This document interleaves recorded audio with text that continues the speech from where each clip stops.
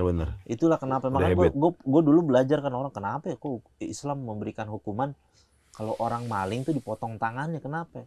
Ya itu setelah gue di dalam penjara, gue paham ternyata karena orang maling rata-rata orang ngerampok apa bisa berkali-kali masuknya nggak akan berhenti, nggak akan kapok kecuali dak. Mau ngambil pakai Emang apel. kejam mungkin tuh kalau kata bahasa orang bertentangan dengan hak asasi manusia, cuma lo nggak bisa ngasih solusi ke orang itu kecuali dia taubatan nasuha bener-bener ya.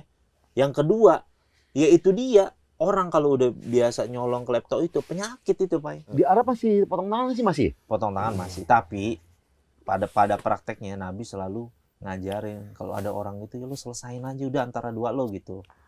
Pernah ada orang yang dipotong tangannya gitu datang kan sama Nabi ini mencuri gitu, sama Nabi dimarah-marahin, kenapa nggak kamu selesain sih berdua, kalau kamu datang ke saya, kata Nabi marah tuh, kalau kamu berdua udah datang ke saya harus menjalankan hukuman ini, katanya begitu. Nabi nggak mau gitu ada orang sampai tangannya dipotong gitu. Nah kalau berkali-kali habis dong tangan, tok. Enggak, maksud potong tangan bener-bener dipotong Bisa. Abis dipotong Maksud- bisa maksud mau bukan ngambil potong lagi. sebagian, bukan di sini potong doang. kagak, Hilang. potong liang tangan. Agus. Iya. Bisa tuh Kayak ngambil. gitu sampai Agus segini. Nohen. Iya, Oh gue kira tuh segini, ntar Enggak, nyuri lagi, enggak. potong lagi, nyuri lagi, Enggak. potong lagi.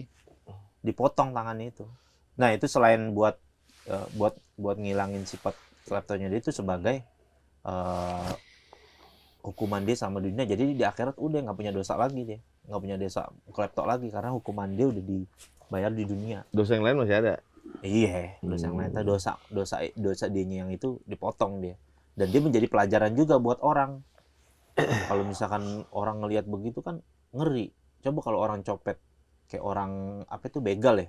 Iya. Begal tuh kalau dalam hukum Islam aslinya kalau dibahas tuh di fikih mengenai bab tentang hukum gitu kan segala macam, itu harusnya hukum mati dia. Begal harusnya hukum mati karena dilihat dari efek keburukan yang dia timbulkan gitu. Seperti misalkan ada satu tempat terkenal begal gitu, orang kalau lewat situ jadi nggak aman, jadi apa, dia memberikan satu ketakutan kepada masyarakat luas. Jadi trauma. Iya, jadi karena efeknya itu memberatkan orang manusia, maka orang kayak gitu kalau berbuat itu harus dihukum mati. Dalam Islam melihat sisi hukuman, dilihat dari hukuman itu melihat dari efek apa yang akan dia perbuat itu. Gitu loh. Hasil dari perbuatan dia itu orang jadi takut, orang jadi bisa berbahaya, kehilangan nyawa, kayak gitu.